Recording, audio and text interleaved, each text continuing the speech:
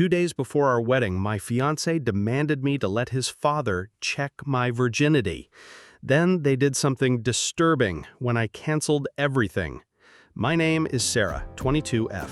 Honestly, I never thought I'd be sitting here telling you this heartbreaking, movie-like story. Before all of this happened, I met Michael, 25M, about 2 years ago. He was the kindest, smartest, and funniest person I had ever met. Seriously, Michael was a walking green flag. He had a stable job, treated me like a queen, and always knew how to make me laugh. Basically, everything a perfect boyfriend should be, Michael was. 8 months later, he proposed to me in the most romantic, dreamlike way. Oh, there's a small detail I think everyone needs to know, although I don't think it's particularly exciting. To be honest, up until Michael proposed to me, both of us were virgins. Sounds incredibly old-fashioned in mid-2025, right? But Michael really wanted to wait until our wedding night, and I honestly didn't mind. I respected his wishes. To me, it only showed how serious he was and how much he valued marriage. It made me feel like we were building something truly special, truly sacred. I had also met Michael's family a few times. They seemed like a traditional family, a bit reserved. What impressed me most was their closeness. It was a warm and proper family, or at least that's what I thought. Everything was completely normal except for one slightly strange thing. One time as we were sitting on the sofa and chatting, Michael chuckled, and then out of nowhere he said his family had a special tradition where the father-in-law would check the bride's virginity the night before the wedding. I just burst out laughing. Seriously, babe, you're so funny. What is this, the Stone Age? Seeing my reaction, Michael just smiled, shrugged, and we changed the subject. He only mentioned it that one time, so I didn't dwell on it much. How could I? How could such an absurd joke still exist in this world? But then, time flew by, and suddenly my dream wedding was just 2 days away. Only 2 more days until I officially moved in with Michael, the man I loved more than life itself. At that moment, I was filled with happiness, but also a little anxious about the final preparations. Then, out of nowhere, Michael, who seemed to have just returned from somewhere, came and sat next to me. This time he wasn't joking around as usual.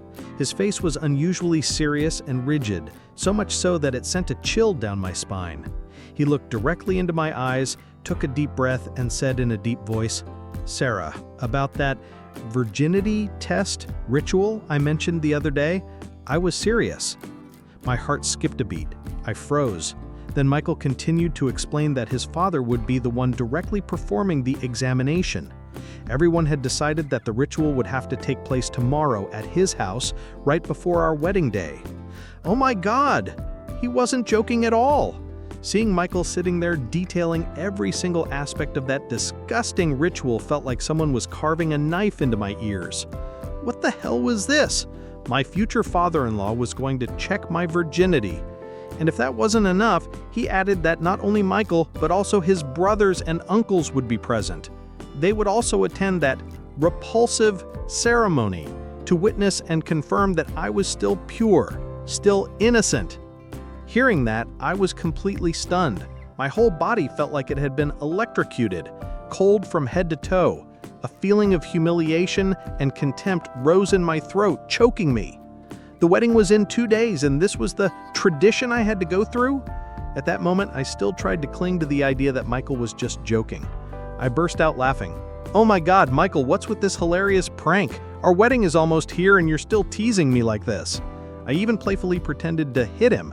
But when I looked into his eyes, I saw no hint of a joke. His face was chillingly serious, and there was even a hint of pleading. I looked at him, then thought about the happy scene I had always imagined, and suddenly I accepted a horrifying truth. He was completely serious. Not a joke. This was real. My whole body froze. I couldn't utter a word, only stare at him. Then a surge of hot blood rushed to my head. I yelled, "Michael, are you insane? There's no way I'm doing that." And then he did something I never thought I'd see. Not even in my worst nightmares. And even worse, right before our wedding. Michael began to cry hysterically, kneeling and begging right in front of me. "Sarah, this means everything to me," he choked out. "My mother did it too. Just do it. It'll prove how much you love me, that you have nothing to hide." He clutched my hands, looking at me with desperate eyes. "If you don't do it, my father will disown me. My whole family won't accept me anymore. My family will never accept you." His voice trembled, but every word was like a needle piercing my heart. Suddenly, the image of the perfect man I had in my mind completely shattered. He wasn't the person I thought. He was just a coward. He didn't dare face difficulties and only knew how to manipulate me. He used his family, used that bizarre tradition as an excuse to force me. Watching Michael cry and beg, I couldn't bear it anymore. His words tore me into pieces. I felt disgusted, terrified, and utterly betrayed. The trust I had placed in him, in this love, was completely violated. I stood there, torn between the love I had once believed was unique and my self-respect being ruthlessly trampled. That thought was like a knife cutting into every fiber of my being. Michael was crying, but my own tears were what I couldn't stop. Without another word, I stood up. Michael was still kneeling, clutching my legs, but I just pulled away sharply. I ran. I ran as fast as I could, out of that house, away from the person I once thought was my whole world. I don't know where I was going, I just kept running. Finally, I found myself standing in front of Chloe's house, my best friend. I rang the doorbell repeatedly, my hands trembling uncontrollably. When Chloe opened the door and saw my pathetic state, she immediately pulled me inside. I collapsed onto the sofa, gasping for air. My whole body was shaking uncontrollably, and tears streamed down my face like rain. I tried to speak, tried to explain everything, but my throat was constricted. Chloe hugged me tightly, patted my back, and just let me cry until I had nothing left. After I finished telling her everything, Chloe was stunned. She looked at me, her eyes filled with both pity and anger on my behalf. She didn't say much, just hugged me tightly, then pulled out her phone and called my mother, Elizabeth. Just then, my mother arrived, ringing the doorbell. My mother is an incredibly decisive and strong woman. My father passed away very early, so she's my only relative and pillar of support in this world. As soon as she saw my terrible state 2 days before the wedding, Mom knew something big had happened. After hearing my entire story, her face darkened, but she didn't panic. She sat down next to me, held my hand firmly, her eyes resolute. "There's no way you have to endure that nonsense, Sarah," Mom said, articulating every word clearly. "I will never let anyone humiliate my daughter." Before I could even breathe a sigh of relief, my phone started buzzing frantically. Texts kept coming in, followed by missed calls. Then Chloe's phone wouldn't stop either. It was Michael and his parents. Michael, who had been crying and begging, now sounded utterly desperate. His messages came in a barrage, like a bombardment. He said he couldn't live without me, that he would kill himself if I called off the wedding. "Can you do this for me?" Michael texted. "I know it's hard, but I can't go against my family. I'll be disowned, Sarah. My whole life will be ruined without you and without my family." I shivered at the way he dumped all the burden onto me. It was as if I was holding a knife to his throat. Not only that, Margaret, Michael's mother, also jumped in. This woman, who always seemed gentle and benevolent, now sent me messages as sharp as knives. She kept repeating that this was a good family tradition, that it was a worthy sacrifice for love that she herself had made, and she didn't feel it was excessive at all. Edward, Michael's father, was even more chilling.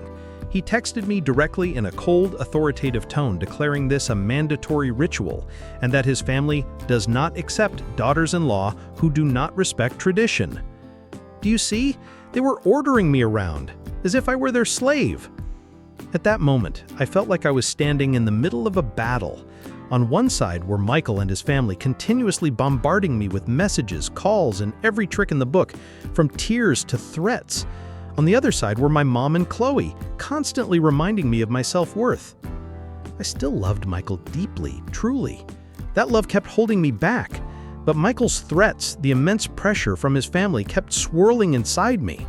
I lay there, staring at my phone screen, tormenting myself in that tangled mess of love, fear, and the guilt that was being instilled in me. Mom and Chloe stayed with me all night. They talked tirelessly, analyzing everything. My mom kept repeating, "Sarah, this isn't love. This is control, profound disrespect. Someone who truly loves you would never ask you to compromise your dignity like this." Chloe was more patient. She kept asking me, "Can you imagine what your life will be like later if you have to do this horrible thing for Michael now? This will set a precedent, Sarah." Every word from my mom and Chloe gradually sunk in. I carefully replayed the entire horrific story that had just unfolded. I remembered all the times Michael told me he loved me, that I was his everything. Yet he could push me into this situation, forcing me to endure the ultimate humiliation, all for that bizarre tradition. True love couldn't possibly be this painful and despicable. That whole night I didn't sleep a wink. My tears had dried up, but my mind was still spinning. But Chloe was right, this wouldn't be the last time. If I bowed down this once, they would demand more. There would be other traditions, other demands, and I would forever be their puppet. I would never be myself again. And then, as dawn broke, I made the final decision. The decision I knew would be incredibly painful, but it was the only right thing to do. I took a deep breath, feeling my heart both heavy and incredibly light. I won't do it. I can't. I can't let them take away my self-respect. I can't accept a marriage where, even before it begins, I have to sacrifice my dignity. I know this will hurt Michael, but I also know it's the only way to save myself. Even if it costs me this love, I will break everything. The next morning, what should have been my last day as a single woman, I called Michael. My voice was still shaking, but I tried to be as firm as possible. I told him frankly that I couldn't go through with that ritual, that I couldn't marry someone in a family who disrespected me so fundamentally from the start. Michael listened, and he truly seemed to go insane. He yelled into the phone, "What are you saying, Sarah? You're kidding, right? No way." He started begging again, swearing he would change, that he would talk to his parents, but I couldn't believe his empty promises, made in a moment of panic anymore. I stood my ground, and then Michael's voice changed instantly. He became intensely angry. "You betrayed me, you betrayed my family, you ruined everything," he screamed. And I realized I'd no longer recognize the man I once loved. I hung up and with my mom went home. Suddenly, about 2 hours later, the doorbell rang. My mom looked at me, her eyes filled with worry. As soon as she opened the door, Mr. Edward stood there, towering. He wasn't alone. Mrs. Margaret stood behind him, her face pale. There were even a few other relatives whose faces I vaguely remembered. Mr. Edward stepped into the house, his eyes as sharp as knives. He looked directly at me, and his gaze sent shivers down my spine. "Miss Sarah," he said, enunciating every word, "we cannot accept your refusal. The ritual will still take place." It felt like a verdict had just been delivered. I trembled violently. No questions, no persuasion, it was all just an order. Mr. Edward looked straight at me, his face devoid of emotion. "Miss Sarah," he said, his voice cold, "the ritual will still take place, whether you agree or not." As soon as he finished speaking, Miss Margaret stepped forward holding a small medical bag. The assorted items inside clinked against each other. I recognized medical gloves, a lubricant gel, and even a small examination flashlight. Michael stood right next to his father, his face pale. He looked at me, his eyes full of conflict, but he didn't move. Mr. Edward gestured, and Michael, though hesitant, finally stepped forward. He said nothing, just grabbed my arm so tightly it hurt, as if trying to hold me down.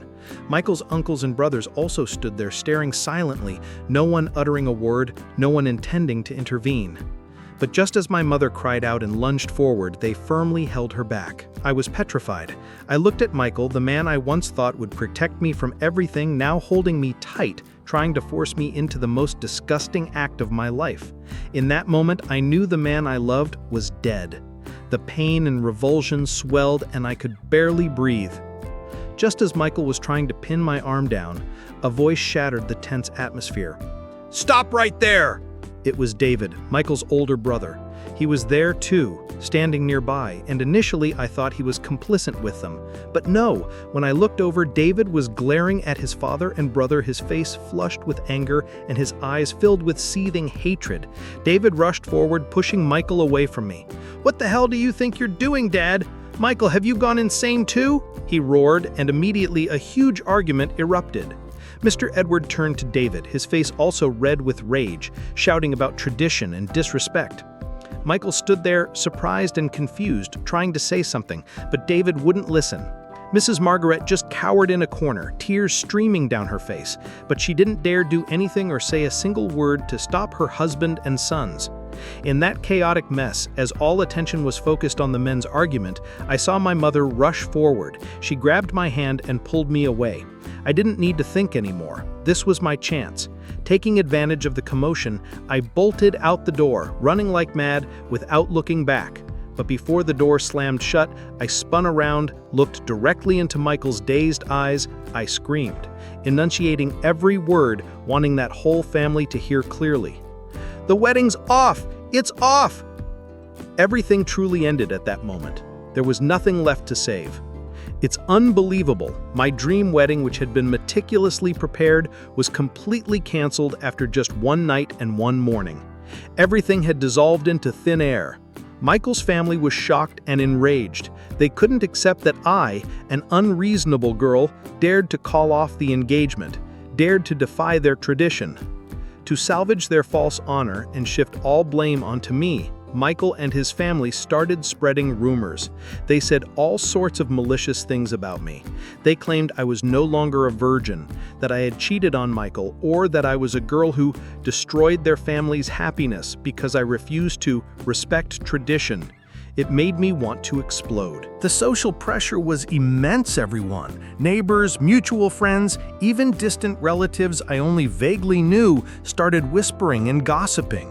They looked at me with scrutinizing, judgmental eyes. Some even called my mother directly, saying hurtful things. I felt like a criminal, even though I had done nothing wrong. But I couldn't let them do whatever they wanted.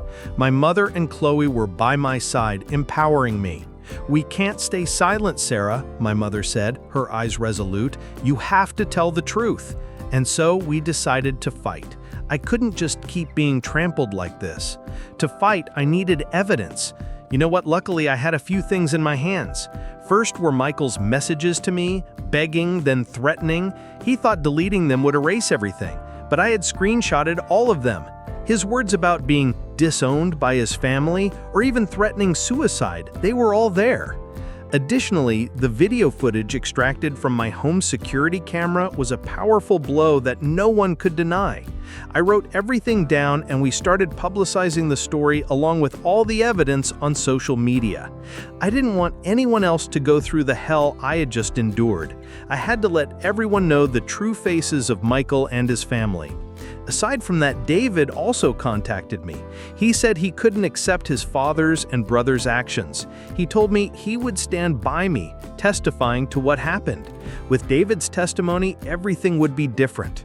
David had actually gone through a similar ordeal before. Because of this ritual, he had to break up with someone he deeply loved and has lived a single life until now. He said that was his mistake. He said he should have fought back then, so he wouldn't sit idly by and let them do as they pleased anymore. And guess what? My mother, Elizabeth, didn't just want to stop at publicizing it on social media. She's an incredibly decisive person. After all the humiliation and helplessness we had endured, coupled with David's story, she said, "We're going to sue them." My mother is considering suing Michael and his father for attempted assault and battery. At first, I was a little scared, but my mother explained that this was no longer just a personal matter. This was about a woman's rights, about the fact that no one has the right to treat me like an object. If they dared to do that, they must be held accountable by the law. I know that litigation will bring a lot of trouble and exhaustion, but thinking about those who trampled my dignity facing legal consequences, paying for their actions, I feel a flame of justice igniting within me. It's not just punishment for them, but also a way for me to reclaim justice for myself. Unbelievably, the karma finally caught up with Michael and his family after everything that happened. And I have to say, seeing it, I feel a strange satisfaction, as if justice has finally been served. First, there's Michael. He thought he could keep me and that sick tradition, but he was wrong. Michael has been living with extreme regret. I heard that after all this, he completely fell apart. Our mutual friends, those who knew the full story, gradually distanced themselves from him. Who could accept a man willing to force his fiancée into something so bizarre? I even heard whispers that he tried to find a new relationship, but no one could accept his family's tradition. Ultimately, he has to bear the consequences of his lack of courage and his blindness. Then there's Mr. Edward, The tradition he was so proud of, the very thing he intended to humiliate me with, is now being fiercely condemned by society. After my story spread, especially when David spoke the truth, his family was mercilessly stoned by public opinion. People simply couldn't believe that in the 21st century, there were still those who would conceive and carry out such acts. David finally severed ties completely with Mr. Edward. The family relationship that Mr. Edward always prided himself on is now deeply fractured, destroyed by his own hand. He has to live in public contempt, and, if my lawsuit goes through, he'll also face legal consequences. That's a fitting end for a patriarchal, authoritarian man. As for Mrs. Margaret, Michael's mother, she's a bit more pitiable, but not entirely blameless. She silently endured, quietly accepted that tradition, not daring to speak up. Now, with her family shattered and her children turning their backs, I guess she's living in agony and perhaps finally realizing that her silence contributed to this tragedy. A late regret. After those storms, I finally found peace. The pain is still there, it hasn't completely disappeared, but it no longer gnaws at me every day. I learned an incredibly important lesson. My self-worth is priceless. No love, no one is worth sacrificing my dignity for. Never. I focused on myself and the positive relationships around me. Looking back now, I feel like I've been reborn. Escaping Michael and that family filled with outdated, toxic ideas, honestly, it was the best thing that ever happened to my life. It was a brutal slap in the face, but also a necessary wake-up call. I escaped a future full of control and disrespect. I reclaimed my life. I look towards the future with confidence. I'm no longer afraid. I know I deserve a true love, one built on respect, understanding, and equality. Perhaps someday I'll find that person, but whether I do or not, I'll be okay. I've found the most important love, loving myself. Thank you for listening to today's story from the Guilty Notes channel. If this story resonated with you, please like, share this video, and don't forget to subscribe to the channel so you don't miss other emotional real-life stories and valuable lessons. See you in the next video.